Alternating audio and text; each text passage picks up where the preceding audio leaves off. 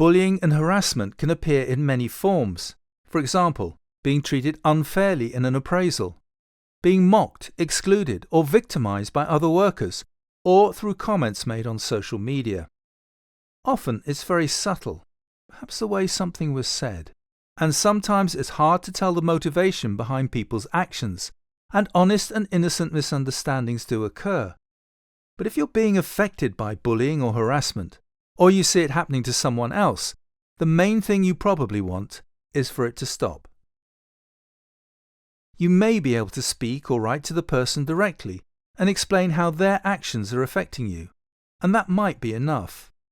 But if you don't feel comfortable doing this and would prefer to make a disclosure to someone else, or if you feel that the behaviour should be reported, perhaps because if you don't, others could be affected, then you should report the incident and provide as much information as you can so as to help with any inquiry or investigation.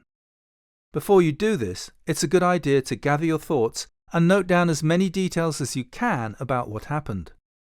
Your note should include the date, time and place, what happened, and anything in particular that was said, and any offensive language that was used. Include who was involved and anyone who might be able to confirm what happened. And if you hear of other people who've had similar experiences, make a note of their names too. Describe how the event made you feel and if it affected your health in any way. Record what happened after the incident. For example, did you seek any advice from anyone or need any medical attention? If you reported what happened, who did you report it to and what did they say? Keep copies of anything that's written, such as emails, text messages, or social media posts. You might need to capture screen images from a computer or mobile device, and you can find out how to do this by searching screenshot and then the name of the device or the operating system you're using. It might be helpful to make a quick video or audio recording of yourself describing what happened, and one of the easiest ways to do this is with a smartphone or tablet. You can then play the recording to others later, or use it to help you write up your notes.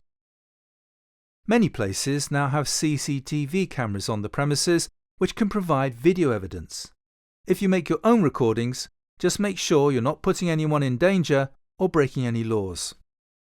If the behaviour is ongoing, keep a log of the incidents as they occur, as all this information will be useful to the person you're reporting the incident to, and it will also help you if you need to recall any of the details later.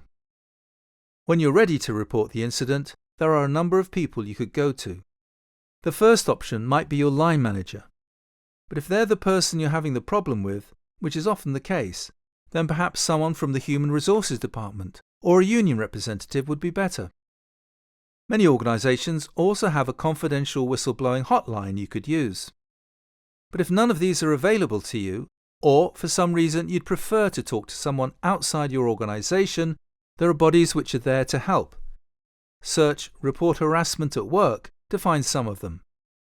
They can usually be contacted through confidential phone lines, online chats, and email. Everyone has the right to be treated with dignity and respect at work. However, instances of bullying and harassment continue to occur on a regular basis and are causing things like stress, anxiety, low self-esteem, and resignations.